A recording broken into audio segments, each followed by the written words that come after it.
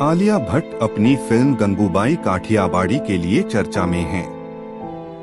उनका दमदार लुक और भूमिका की सराहना केवल फिल्म के टीजर के रिलीज होने से ही शुरू हो गई है, लेकिन जिस गंगूबाई काठियावाड़ी की भूमिका में आलिया भट्ट नजर आ रही हैं, वह कोई काल्पनिक किरदार नहीं है। कई लोगों के मन में यह सवाल हो सकता है कि गंगूबाई काठियावाड़ी आखिर हैं कौन, जिनके जीवन पर एक फिल्म तक बन गई। गंगूबाई काठियावाड़ी वेश्यावृत्ति के पेशे से जुड़ी थीं। मुंबई में एक कोठा चलाती थीं, लेकिन उनका परिचय केवल इतने में सीमित नहीं होता।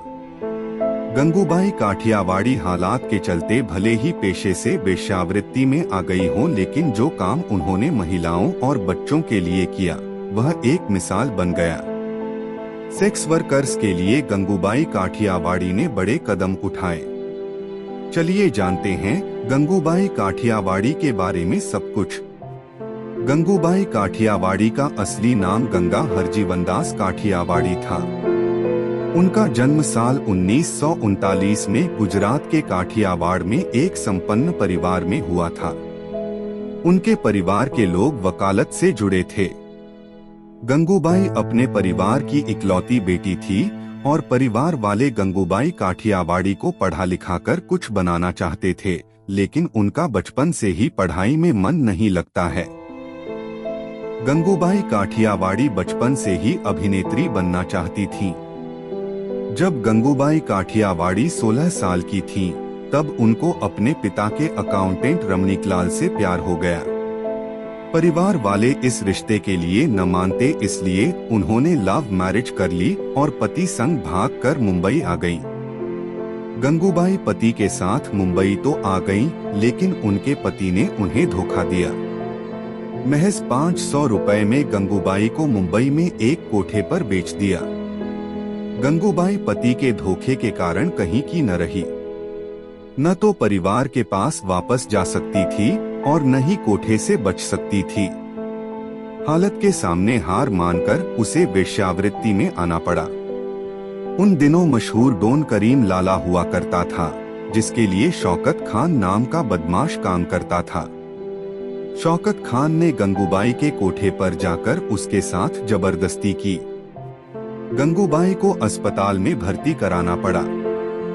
गंगूबाई ने शौकत खान को सजा दिलाने की ठान ली और करीम लाला के पास जाकर उसकी शिकायत की। करीम लाला ने शौकत खान को कड़ी सजा दी।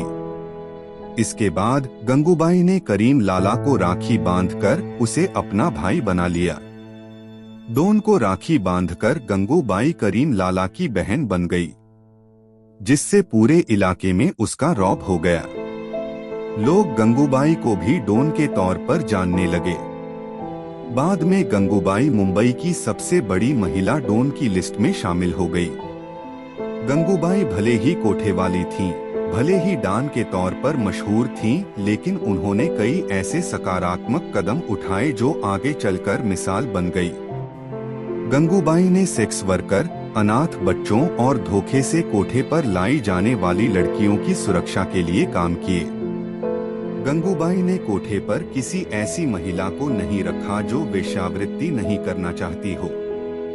बिना महिला की इजाजत के उसके साथ कोठे पर जबरदस्ती नहीं की जा सकती थी।